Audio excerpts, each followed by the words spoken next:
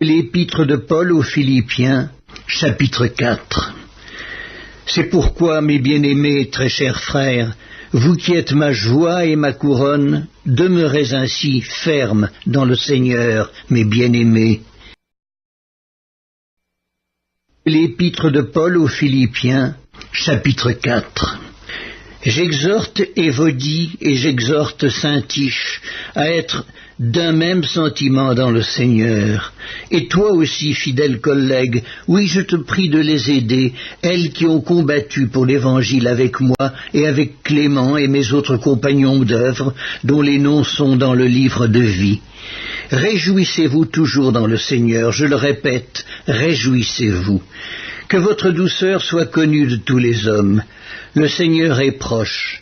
Ne vous inquiétez de rien, mais en toute chose, faites connaître vos besoins à Dieu par des prières et des supplications, avec des actions de grâce. Et la paix de Dieu, qui surpasse toute intelligence, gardera vos cœurs et vos pensées en Jésus-Christ. Au reste, frères, que tout ce qui est vrai, tout ce qui est honorable, tout ce qui est juste, tout ce qui est pur, tout ce qui est aimable, tout ce qui mérite l'approbation, ce qui est vertueux et digne de louange, soit l'objet de vos pensées.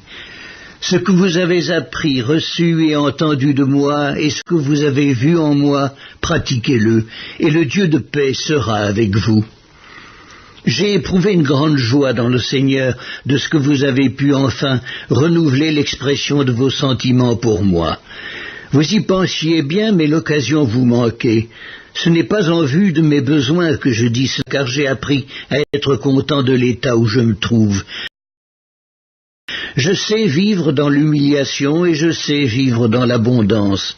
En tout et partout, j'ai appris à être rassasié et à avoir faim, à être dans l'abondance et à être dans la disette. Je puis tout par celui qui me fortifie. Cependant, vous avez bien fait de prendre part à ma détresse. Vous le savez vous-même, Philippiens, au commencement de la prédication de l'Évangile, lorsque je partis de la Macédoine, aucune église n'entra en compte avec moi pour ce qu'elle donnait et recevait. Vous fûtes les seuls à le faire, car vous m'envoyâtes déjà à Thessalonique et à 2 reprises de quoi pourvoir à mes besoins.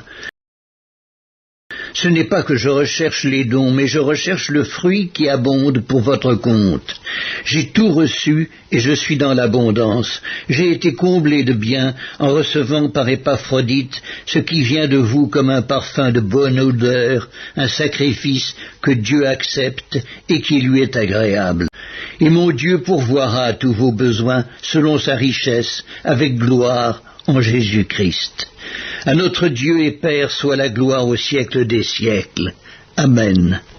Saluez tous les saints en Jésus-Christ. Les frères qui sont avec moi vous saluent. Tous les saints vous saluent, et principalement ceux de la maison de César. Que la grâce du Seigneur Jésus-Christ soit avec votre esprit.